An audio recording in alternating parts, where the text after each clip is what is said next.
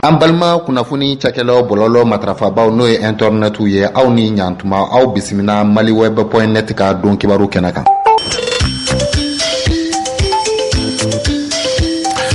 Mali ni Irisi jamana ka jɛɲɔgɔnya hukumu kɔnɔna na kɛlɛkɛ pankuru 4 olu kɔni kunbɛnna finitiw ka ministre de colonel Sadio Kamara fɛ suba a ye ɲɛfɔli minnu sɔrɔ a bɛna yɛrɛ ka kumakan lamɛn ni kunnafoniw kɔnɔ. CNT la o kɔni ye sariyaba 2 ta kelen bɛ tali kɛ musakako siratigɛ la n'o ye budget ye yɛlɛma minnu donna o ko la ani dugukoloko fana sariya fana falelaw ko siratigɛ la Madame Kuyate bɛna dɔw ɲɛfɔ an ye ni kunnafoniw kɔnɔ. An ka mɔgɔ bisimilalen o ye Amadu Nɛmɛ Gindo ye CSTM ɲɛmɔgɔba n'o lafasatonw ka fara ɲɔgɔn kan kuluba dɔ ye ani jamana ɲɛmɔgɔw ka sigi ka fɔ hukumu kɔnɔna na u bɛnna fɛn minnu kan a bɛna kuma dɔw ɲɛfɔ an ye ni kunnafoniw kɔnɔ. Kiletu don kɔrɔ kumaso kɔnɔ André Traoré.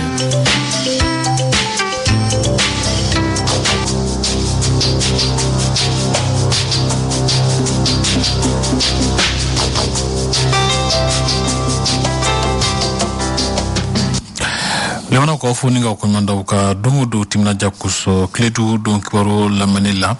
kajira ka foko surwa su korbale ra don koy colonel Sadio Kamara ni ale finitu ka ministre ale kon tara pangurun kurwa nani ka ulukume keleke pangurun ne kodo ulukon nana ani Irisi jamana ka jenyuga bare hukumu kono akumene Sadio Kamara mi fanko lame Fina ambe kananga helicopter do bisimila helicopter nunu Mali yɛrɛ de y'u san Irisi jamana fɛ ka fara helicopter nunu kan Irisiw ye marifa ni marifakisɛ dɔ di Mali ma fu helicopter ye 4 ye marifa ni marifakisɛ nunu ye dira Mali ma fu an bɛ don min na komi bi Mali ni Irisi la kɛlen do ka an tɛgɛ di ɲɔgɔn ma lakana hukumu kɔnɔna la an dalen do a la nin baara ninnu kɛra cogoya min na ka fɔ Irisiw ka coopération mɔgɔ bɛ se k'i jigi d'a kan ka d'a kan mɔgɔw don minnu b'u ka layidu timɛ u b'u kumakan bato. Mali kalata laban kɔnɔ bi sena o de hukumu kɔnɔna na mara ministre ale ni délégation générale aux élections olu kɔni ye wulikajɔ dɔw baaraw daminɛ a ko siratigɛ la ka ban tɔnsigi baaraw kun bɛ sena bi wuladɛn a ko hukumu kɔnɔna na colonel Bosuru Dramé ale ye DG ɲɛmɔgɔ de a ye min fɔ an ko lamɛn. Ayiwa comme a b'a dɔn san o san sariya yɛrɛ de y'o fɔ k'a daminɛ octobre kalo tile fɔlɔ ka taa décembre kalo 31 na liste électorale ye n'o ye kalata liste ye olu kan ka kuraya o kuraya sen fɛ baara damadamani bɛ minnu kan ka kɛ o fɔlɔ o ye mɔgɔ kura minnu bɛ don a la ka yamaruya di olu ma a filanan ye mun ye électeur minnu bɔra dugu wɛrɛ la ka na dugu wɛrɛ la olu k'u tɔgɔ sɛbɛn u sera commune min na u k'u tɔgɔ sɛbɛn yen nɔ sabanan o de ye mɔgɔ minnu banna olu ka se ka bɔ liste électorale kan donc révision annuelle des listes électorales nin de y'a baara yɛrɛ yɛrɛ donc comme an y'a fɔ cogo min na liste électorale minnu kan ka taa sisan nɔ terrain kan parce que révision in bɛ kɛ jamana kɔnɔna na yan nɔ a bɛ kɛ fana an ka ambassade n'an ka consulaw bɛɛ la donc n'i y'a bɛɛ fara ɲɔgɔn kan 8 213 317 électeurs o de y'a bɛɛ ye mais n'i y'a fara ci k'a bɔ ɲɔgɔn na an ka jamana kɔnɔna na 7 702 293 électeurs o de bɛ an ka kɔnɔna na extérieur la 511 018 électeurs o de don donc nous ne bɛna taa sisan nɔ olu de bɛ taa révision na baara bɛɛ n'a gɛlɛya don mais alhamdulilayi an sera ka kɛ an kɔni bɛ mun fɔ o de ka fasodenw wele u ka bɔ ka taa révision na parce que kalata minnu bɛna n'an b'a fɛ a bɛɛ ka ɲa n'an b'a fɛ bɛn ka k'a ko kan fo bɛɛ de ka bɔ k'i jɔyɔrɔ fa jamanadenya la donc o de kama an ko audit minnu kɛra kɔrɔlen olu y'a yira k'a fɔ ko fɛn fila de bɛ an ka fichier la minnu ma matarafa kosɛbɛ o fɔlɔ ye ko denmisɛnninw olu man ca liste kan filanan o y'a ye mɔgɔ minnu banna olu bɛ liste kan fɔlɔ n'o ye denmisɛnnin ta ninnu ye ministère ye disposition caman ta donc kabini 2016 ka na fɔ sisan na donc an bɛ se k'a fɔ résultat minnu sɔrɔla olu résultat ninnu ka fisa mais minnu ye banni ye mɔgɔ minnu banna n'u bɛ liste kan pour que o ka se ka bɔ fo jamanadenw yɛrɛ de ka bɔ ka taa commission administrative la ka taa fɔ k'u ka mɔgɔw banna pour que u ka se ka bɔ liste kan donc pour que an ka liste ɲumanw sɔrɔ DG dɔrɔn ka baara tɛ commission administrative dɔrɔn ka baara tɛ jamanaden bɛɛ de ka baara don o de kama an bɛ bɛɛ wele pour que mɔgɔ jamaw ka bɔ kosɛbɛ pour que ka taa nin révision in kɛ an sago la pour que élection kura minnu bɛna mankan kana sɔrɔ a la. Badra Lukita kumbe la jarin kineka mara ministre sociala emi fo akoka ko lame sanwo san ni ye ladala baara ye anw fɛ ka daminɛ octobre kalo tile fɔlɔ ka taa bila décembre kalo tile 31 na Mali kɔnɔna na fo ka taa se an ka lasigiso minnu bɛ jamana wɛrɛ la n'o ye ambassade ni consulaw ye an bi kulu dɔ créé yen yɔrɔ la n'a bɛ fɔ olu ma ko commission administrative olu commission ninnu bi baara min kɛ o de ye ka électeur kuraw olu ka tɔgɔ sɛbɛn ko o ta u ka yɛlɛmaliw n'u bɛ bureau de vote dɔ la ka taa dɔ wɛrɛ la u b'o olu fɛnɛ baara kɛ ani ni minnu n'olu ni vote ma kan tugun ka kɛ ni saya bɛ se ka k'a ye walima ni ɲaganta dɔw y'u sɔrɔ ka kɛ kiiri sira kan k'a fɔ u tɛ se ka kɛ électeurw fɛ tuguni olu bɛ sama ka bɔ lisi la donc o baaraw de daminɛna sisan ni an nana bi DG la ka na an ka baarakɛminɛw minɛ n'an bɛ fɔ o ma liste électorale ani tableau minnu n'olu bɛ kɛ yɛlɛmali sira kan ani ka validation kɛ o ni ka électeur minnu n'olu na vote ma kan k'olu sama ka bɔ liste sɛbɛn kan. ayiwa welekan bɛ ne bolo k'a fɔ ɲɛna nin baara ninnu n'an b'a fɔ ko élection yɛrɛ donda fɔlɔ yɛrɛ o ye jumɛn ye o ye liste électorale ye i tɛ se k'a fɔ élection ɲuman ni liste électorale ɲuman t'i bolo donc o sababuya la min bɛ f'u ɲɛna o man ka sɔn surtout jamana bɛ waati min na sisan an mago bɛ électeurw yɛrɛ la u ka taa u ka bɔ kosɛbɛ surtout minnu ni olu tɔgɔ ma sɛbɛn tɔgɔ ma sɛbɛn fɔlɔ listew kan u k'a lajɛ u ka bɔ u ka na nin baara ninnu kɛ parce que baara min n'o ye tɔgɔ sɛbɛn ani ka bɔli ani yɛlɛmali olu baaraw bɛ kalo kelen de ta o bɛ daminɛ octobre kalo tile fɔlɔ ka taa bila tile 31 na donc a waati ka surun dɔɔni donc an b'a ɲini u fɛ u ka bɔ commission kɔni u bɛɛ ka minɛnw dir'u ma wa minɛnw sɔrɔ ani baara ka daminɛ a bɛɛ bɛ ɲɔgɔn na donc o sababuya la a bɛ f'u ɲɛna u bɛɛ lajɛlen ka wuli ka se ka taa pour que an ka se ka élection kɛ gafe ɲuman sɔrɔ min ni sɔsɔli tɛna k'a la an ka électeur si fɛ. Conseil national de la transition ɲɛmɔgɔ n k'a fɔ mɔgɔw kɔni ye sariya dɔ ta sariya fila a fɔlɔ o bɛ tali kɛ an ka jamana san musaka n'o ye budget yɛlɛma min donn'o la ani fo taa se yɛlɛma fana don dugukolo ko fana papier kow la Mariam Kuyate an ka lamɔ ko siratigɛ la. Cɛmancɛ fanga wasadenw ye sariya sɛbɛn fila ta kunu fɔlɔ bɛ tali kɛ an ka jamana musaka filanan o ye an ka dugukolo sɛbɛn ɲɛnɛbɔli ye Modibo Keita n'ale ye wasaden ye a bɛ ɲɛfɔli k'an ye sariyakisɛ min talen don dugukolo ko kan. N'i y'a jateminɛ ka tribunalu la n'i ye kɛlɛw ta sigiyɔrɔma kɛmɛ kɛmɛ i bɛ taa sɔrɔ 80-90 a ye dugukolo ko ye nin loi min talen filɛ sisan a b'a to sisan mɔgɔ mɔgɔ bɛ dugukolo di a dɔnnen don a b'a di sira min fɛ o dɔnnen don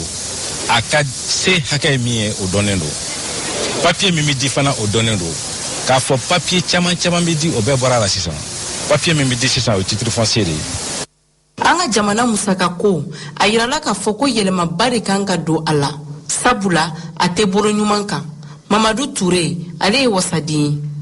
Sariya in n'a taara seni san ka daminɛ sariya kolo gɛlɛn don yɛlɛma man kan ka don a la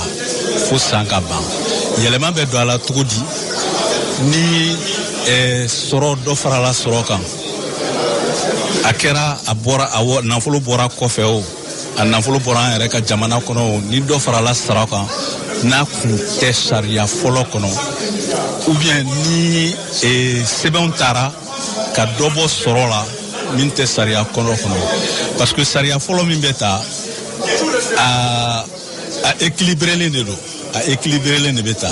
Sariya sɛbɛn fila min talen filɛ cɛmancɛ fanga wasadenw fɛ 106 ye nafolo sariya weti mun ye dugukolo sɛbɛn sariya ye wasaden 91 olu ye o weti ma 4 ma sɔn wa ma 2 ma weti Dambele Madina Sisoko n'ale ye taamako ni minɛnko minisiri ye ale kun bɛ dugukolo ko minisiri tɔgɔ la a y'a yira k'a fɔ ni sariya kisɛ ninnu kan ka kɛ maliyɛnw nisɔndiya ko ye. Fɔra ko Mali sera ka wuli k'i jɔ k'i cɛsiri ka sariya kisɛ ta k'o don ba la ne fɛ o sariya kisɛ in o kan ka k'an sewala ko ye député minnu b'u bulon kɔnɔ yan olu bɛɛ ko k'u b'a fɛ donc on fait o yekuna wolo koy donc amba nyina balma o fait mamunu be no lu de na ta la wala ulu ku chesri atara chogomna pour que jamana na fala ka bala ulu ku jisa ka ta ka baraka nai akechuguma sharia nunu tali la waliyale bena ke sababu ye ka dobo jamana ka musaka botawla ni miliyari kelen ani doni o kɔfɛ sa ka jira k'a fɔ ko mɔbilibolilaw ka lafasatɔ min bɛ wele ko CNTPC olu kɔni y'u ka tɔnsigiba wele ko kɔngɛrɛ ko baaraw sabati dana dara seginna ka da ko kura ye Seguba Sidibe kan ka bila tɔn ɲɛma san 5 nata ninnu kɔnɔ ni ye tɔnsigiba in ta ko na n'a ye a ko kuncɛlen Seguba Sidibe min fɔ an ko lamɛn. Ne ye dana in tara ka danga kun fɔlɔ min kɛra gɛlɛya caman kun bɛ syndicat kɔnɔ n y'a o baaraw kɛ ka se k'olu bɔ a kɔnɔ ni n ka bureau mɔgɔw donc u ye dana kura min fɛnɛ ta ka di yan bi nisɔndiyara n bɛ fɛ ka fɛn wɛrɛ kɛ baara in kɔnɔ min ka bon ne tɛmɛnen i n'a fɔ jumɛn i n'a fɔ chauffeurw ka gɛlɛya caman bɛ yen nɔ an bɛ k'olu recenser an bɛ se k'o gɛlɛya wuli ka b'u kan cogo min na i b'a fɔ an ye chauffeurw ka sarako convention conventive an y'olu bɛɛ baara ninnu daminɛ o la élaborelen don a tɔ man jan kosɛbɛ bon bɛnbaliya minnu fana bɛ baara ninnu kɔnɔ n y'a essayé ka baara caman k'olu la bi presque Bamakɔ syndicat bɛɛ an bɛɛ bɛ ɲɔgɔn kalama an bɛ ka jɛ ka plateforme dilan si tɛ bɔ i ka tɔn na mais an bɛ jɛ ka baara kɛ ni ɲɔgɔn ye pour que degun bɛ chauffeurw kan u bɛ se ka wuli ka b'u kan gouvernement yɛrɛ bɛ se ka an bonya cogo min na baaraw taabolo la o de ye n ka hakilina ye. an b'a dɔn gɛlɛya caman bɛ chauffeur kan sirakan bolo la u ni polisiw ni ɲɔgɔn cɛ yala aw tɛ ka baara kɛ olu kan wa. bon en fait bisimilahi rahmani rahim e yɛrɛ polisiw ka ɲɛmɔgɔw ye yan bi i b'a f'i ye gendarmerie ɲɛmɔgɔ ye yan e ye directeur régional national de transport ye yan an sigilen an y'a essayé ka nin bɛɛ de démarcher an n'u bɛ se ka gɛrɛ ɲɔgɔn na ka baara kɛ pour que degun ninnu bɛ se ka wuli ka bɔ yen parce que degun nin fanba fɛnɛ faamaw b'a la mais an yɛrɛ fɛnɛ bɛ ka demande kɛ ka se ka formation kɛ chauffeurs kun k'u sensibiliser u bɛ se ka code de la route dɔn cogo min na donc olu baara ninnu an b'olu de kan kosɛbɛ n'olu kɛra ka ɲɛ je pense que gɛlɛya min bɛ yen o bɛ wuli ka bɔ yen nɔ. a ko ko syndicat kalan ko ye bɔnɔgɔla fɛɛrɛ kɛrɛnkɛrɛnnen dɔ ye yala munna aw y'o sugandi. bon an y'o sugandi min na parce que an y'a ye fɔlɔ syndicat in ko ye cɛkɔrɔbaw ka baara de ye fɔlɔ bon nous les jeunes an nana an y'a ye syndicat in ye baara ye baara min don ale bɛ jamana bɔ dingɛ kɔnɔ kosɛbɛ donc c'est pour cela denmisɛnninw y'a ɲini an yɛrɛ ka na syndicat ɲɛfɛ an ka mɔgɔkɔrɔbaw y'an kalan min na an bɛ se ka gɛlɛya ta ka bɔ jamana population kan cogo min na o de y'an yɛrɛ nakun ye ka se ka formation di denmisɛnninw ma chauffeurs ma u ka ɲini ka se ka baara in dɔn kosɛbɛ k'a kanu n'i ye baara kanu dɔrɔn a b'i nafa. o bolo ka sami tali kɛ gɛlɛya kɔni bɛ kɔɔrisɛnɛnaw ka kulu kɔnɔ halisa gɛlɛya min don Seriba Konare ale kuma dɔw ɲɛfɔ an ye. kunba yɛrɛ fɔlɔfɔlɔ ye min ye k'a jira Mali baarakɛdaw la minnu fɛn bɛ baara ci ko la n'o ye sɛnɛkɛlaw ni baganmaralaw ni mɔgɔ bɛ baara kɛ ci la bɛɛ wele mɔnikalaw fɛnɛ b'a la k'u bɛɛ wele ka na pour que u ka se ka bɔ a kalama k'a fɔ ko anw ka projet nin kɔni a baaraw daminɛna ani y'a baaraw daminɛtɔla yɛrɛ donc k'o de ɲɛ jira o la pour que an ka se ka hakilinaw falen ɲɔgɔn kan n'an b'a fɔ ma tubabukan na ko ka projet lancer donc o de ye bi lajɛ ye an ka laɲini fanba ye ka hali bi mɔgɔw ka se ka projet lakodɔn n'o bɔra la ka mɔgɔw fɛnɛ hakilina ta ciko gɛlɛya ko minnu bɛ yen pour que an selen don ka baara minnu boloda an ka se ka olu baaraw kɛ lafiya kɔnɔna na bɛɛ ka bɔ a kalama awa baara in bɛ sinsin parce que ni projet in ye san 5 projet de don donc san o san an bɛ baara dɔw kɛ a baara kɔni bɛ sinsin fo ka taa se san 5 nata in ma ni ala k'an si jago kɔnɔ donc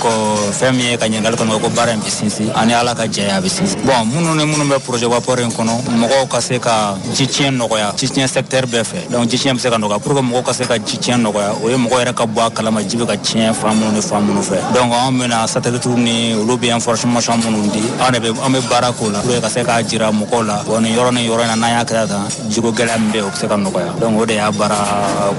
kunba ye fɔlɔ donc n'o bɔra yen fɛnɛ an bɛ mɔgɔw former parce que technologie minnu don mɔgɔ caman t'a kalama donc an bɛ mɔgɔw wele ka na k'u former pour que u ka se ka technologie utiliser kosɛbɛ bon ne ka kumakan laban ye foli ye donc an bɛ Mali autorités bɛɛ fo u nana nin kɛnɛ kan k'an ka kɛnɛ sewa o diyara an ye kosɛbɛ k'an lamɛnbaaw bɛɛ fo. Dr. Margo n'ale ye parti sare ɲɛmɔgɔba ye ale tun bɛ Buguni o hukumu kɔnɔna na a jira k'a fɔ ko dugutigilakaw ka kan ka bila minɛn kɛrɛnkɛrɛnnen kɔnɔ an k'a yɛrɛ lamɛn. dugutiga te tama sira fɛ tugun dɛ a bɛ tama sira fɛ yɔrɔ dɔw de la bi mais u bɛ ka taa dɔɔni cogo min na u bɛ jagoya mɔgɔ karaba k'u jagoya kɛ dugutigi an ko an ka parti kɔnɔ ni ye sebaya da ma n'aw ye sebaya da aw yɛrɛ ma ka fanga ta dugutigi bɛɛ lajɛlen an b'a bɛɛ kumabɔ bolo tɛ da dugutigi kunkolo la tugun komi bolo tɛ da député kunkolo la cogo min na komi a tɛ da président de kunkolo la k'a ka di k'i bolo da kunkolo tɛ kɛ dugutigi bulon an ko kalo o kalo san o san an bɛ $1,040,000 bɔ faso nafolo la k'a di dugutigiw ma dugutigi 12 de bɛ Mali kɔnɔ a bɛ bɛn $14 ma ani $1,800,000 o ye mun ye Mali budget la foyi an ko fana o dɔrɔn tɛ mɔgɔ si tɛ da titre foncier tigɛ ka dugu la ni bulon ma sigi k'a kuma fɔ n'an y'o kuma fɔ dugutigi ninnu caman ye a ka yafa ma ko dugutigi caman ye kalabanci de dugutigi caman bɛ tiɲɛni de kɛ n ko dugutigi caman bɛ se ka kɛ kalabanci ye mais dugutigiw ka kalabanciya yɛrɛ aw de la ko aw ye kalabanci chef de mais ni aw tɛ fanga la kalabanciya bɛ ban o y'a fɔlɔ ye filanan ye mun ye ni dugutigi ye tiɲɛni kɛ ladala sigili la dugutigi tiɲɛnikɛla a minɛ cogo bɛ ye o tɛ kɛ polisi ka ko ye o tɛ kɛ gendarme ka ko ye o tɛ sigi ka ko ye o tɛ commandant ka ko ye lada y'a da cogo min na o lada b'a bɔ o cogo la ni dugutigi ye fɛn fililen kɛ an b'o de dɔn o de kama k'a fɔ k'an ka danbe an ka sigi danbe la an ka sigi an yɛrɛ ma an ka sigi hɔrɔnya la o sira de y'o ye tabarikala o kɔfɛ sa ka jira k'a fɔ ko kalanso kura dɔ bɛna jɔ n'o ye sanfɛ kalansoba a bɛ wele ko senam intègre min bɛ tali kɛ nin kalanso min bɛna jɔ Koniba Sidibe ale ye minisiri kɔrɔ ye a bɛna dɔw ɲɛfɔ an ye ko kan an ye ɲɔgɔn sɔrɔ yan bi dɔwɛrɛ tɛ baki jaabi bɛna di an denw n'a mɔdenw bɛna diplôme sɔrɔ a hamina ye mun y'o la u bɛna se ka lakɔlibaw kalan kɛ cogo di lafiya kɔnɔ ka diplôme sɔrɔ min bɛ se ka kɛ mɔgɔ nafafɛn ye min bɛ u dɛmɛ ka baara sɔrɔ anw ye école in sigi sen kan n'a tɔgɔ ko école supérieure de gestion n'o hakilina de ye an bɛ denmisɛnninw encadré ka ɲɛ maître ɲumanw b'an bolo ani français lakɔliba dɔw bolo bɛ ɲɔgɔn bolo a baaraw la minnu bɛ an fɛ u bɛ se ka an ka diplôme passer ka olu fana ka diplôme sɔrɔ o diplôme bɛ taa bange mun na u bɛ taa bange fɔ diplôme d'expert comptable la n'i sera ka kalan kɛ ka k'u ka se fo o sɔrɔ k'o sɔrɔ i bɛ se ka kɛ expert comptable ye bɛɛ bɔ dɔrɔn i bɛ baara kɛ comme expert comptable école in sigira n'o hakilina de ye an nana ka na kunnafoni di mɔgɔw ma i bɛ se ka don yan cogo di baara jumɛn ni jumɛn de bɛ kɛ yan ka kunkun n'a ɲɛɲɛ n'a misɛnman bɛɛ bɔ ɲɔgɔn na pour ka faamuya d'aw bari école ba dɔ de don min bɛ mɔgɔw former k'u kɛ expert comptable ye a ɲɔgɔn ka dɔgɔ diɲɛ yɛrɛ bɛɛ min bɛ a bɔ bonya na école de hakɛ min yɛrɛ b'a kɔnɔ Mali ka se ka kɛ jamanaw la minnu ni olu sera k'u kan di ɲɔgɔn ma k'u bɛ baara kɛ ɲɔgɔn bolo ka se k'o kuncɛ cogo ɲɛ an y'a dɔn o ye fɛnba de ye dɛ anw ka ekɔliso ɲɛmɔgɔw sera ka o kɛ u taara fɔ Faransi u ni INTEC ɲɛmɔgɔw sigira u ye fɔkabɛn kɛ o de y'a to an bɛna formation in sigi sen kan ɲinan bɛ mɔgɔ o mɔgɔ den n'a ye baki sɔrɔ n'a ka di ye a ka kalan kɛ fɛn o fɛn ye expertise comptable gestion audit baara fɛn o fɛn b'o kɔnɔ n'i bɔra i bɛ se ka baara kɛ banque kɔnɔ n'i bɔra i bɛ se ka baara kɛ assurance kɔnɔ n'i bɔra i bɛ se ka kɛ chef comptable ye société kɔnɔ i bɛ se ka kɛ directeur financier ye i bɛ se ka baara kɛ fɛn caman kɔnɔ o de y'a to a diplôme nafa b'a la kosɛbɛ wa Mali dɔrɔn tɛ dɛ i bɛ se ka baara kɛ hali Mali kɔ kan bari diplôme INTEC diplôme jamana ka dɔgɔ min t'a reconnaître n'i bɔra baara i bɛ se ka baara min kɛ o ka ca jamana ka ca fana i bɛ se ka baara sɔrɔ yɔrɔ minnu na o bɛɛ de ye avantage hakilina a mana na bi dɔrɔn n y'a dɔn ne yɛrɛ ye n ka kalan kɛ Faransi n bɔra Faransi nana Mali la n y'a ye k'a fɔ Mali denmisɛnnin minnu bɛ yan kalanba tun b'u la o hakili ka di a y'a sɔrɔ ne yɛrɛ ye maîtrise kɛ Faransi lakɔlibaw la ye mais n y'a ye INTEC an ka denmisɛnninw tɛ se k'a diplôme kɛ fo ka taa fɔ Faransi o se bɛ bɛɛ ye yan o se tɛ bɛɛ ye o de y'a to an y'a ɲini Faransi ɲɛmɔgɔw fɛ u ka sɔn an ka se ka u ka baarada in bolo dɔ dayɛlɛ yan nɔ Mali denmisɛnninw minnu hakili ka di kosɛbɛ ni se t'u somɔgɔw ye u ka se ka diplôme sɔrɔ k'u to Mali la yan.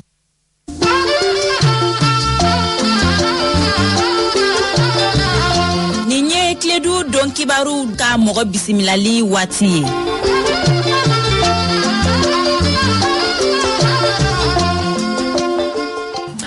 a tɔgɔ ko Amadu Namio Gindo lafasatɔw ka fara ɲɔgɔn kan kuluba min bɛ wele ko CSTM ɲɛmɔgɔba don waati tɛmɛnen ninnu na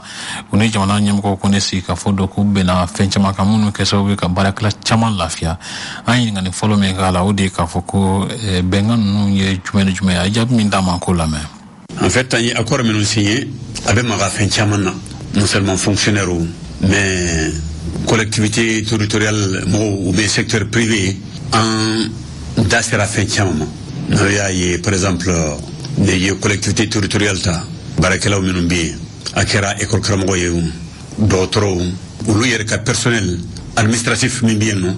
kabini collectivité sigira Mali la baara dɔw bɛ yen ou bien responsabilité dɔw bɛ yen u tɛ se k'a sɔrɔ c'est bien vrai n'i y'u ka sara lajɛ olu ni fonctionnaires u bɛ sara kelen de ta mais a sara cogo tɛ kelen ye ani a responsabilité ka assumer Mali barake cogola o fana tɛ kelen ye dan de kɛra olu tama aw tɛ se ka tɛmɛ nin na n'aw ma bila mission spéciale la an ye accord min kɛ désormais collectivité barakɛlaw non seulement u ka sara a bɛ se ka di waati min fonctionnaire de l'état bɛ sarata état de b'a bɛɛ ta en charge k'a fɔ retard de salaire bɛna kɛ tuguni hakili an bɛnna kan o retard de salaire a bɛ ban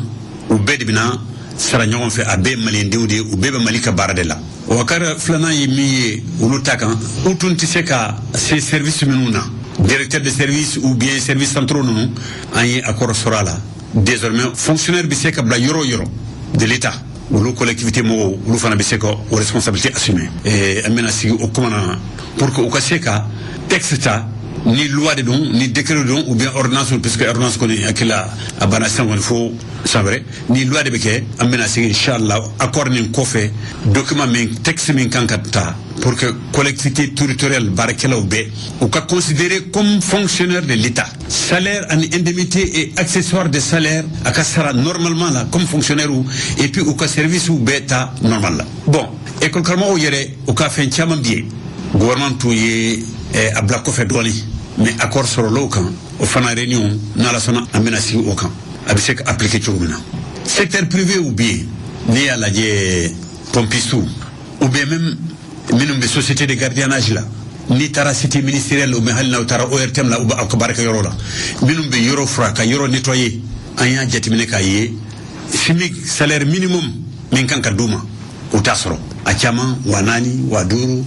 wa 6 o fana o wari a wari caman bɛ gouvernement ka trésor de la parce que n'i taara département ministériel la maa minnu bɛ yɔrɔ ni nettoyer ka balayer ka fɛn bɛɛ kɛ ce n'est pas normal u ka patron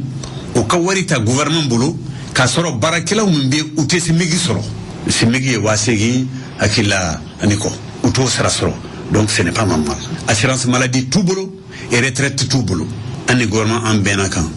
nin bɛɛ a bɛ dabila n'ala sɔnna an bɛna o application o texte lajɛ pour que o ka se ka texte bɛɛ ka taa n'i ye chauffeur baw lajɛ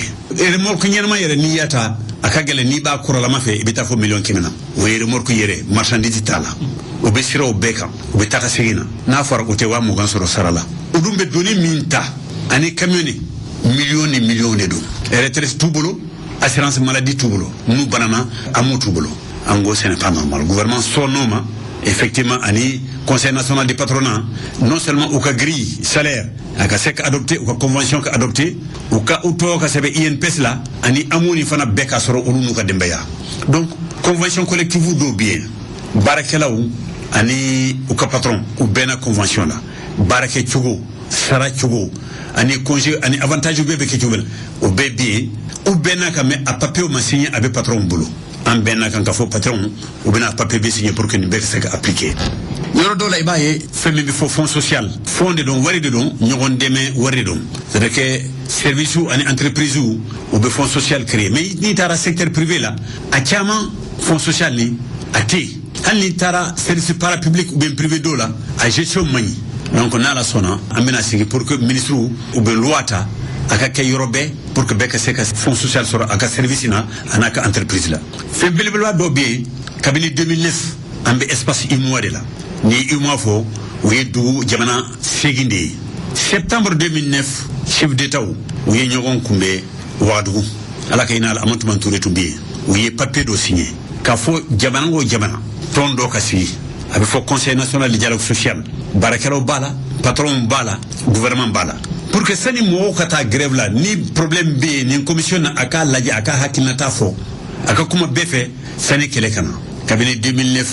amantuman touré to yo papier signé ambe yormena bi au papier au ton amasigi malikon mais dugu wolowula ni be imwala asigira yorobe ni malite a santani fladeni donc gouvernement ya yé ni feye akanka ke ambe na kan gouvernement baki halni mo tara grève la service chama ani entreprise chama ibaye bafo service minimum auto bi segata mais nous segata o loi te malikon ce n'est pas normal ambe organisation internationale du travail là barakalo bi segata grève la barakalo kanka do avance la nambe ta grève la karsani ni posu o mankan ka ta grève la oui service minimum yi anga seka ben ani patron ani gouvernement anga seka ben texte ka kala mais kabini mali sigira jusqu'à présent au texte ti o te normal yi ando ye convention signée cabinet indépendance tuma depuis 1960 donc ni fait chaman bi vraiment andi gouvernement en benak mais killa ni lettre nu ibinuye ni benana pour que anye benka minun soro abiseka waliya chogumna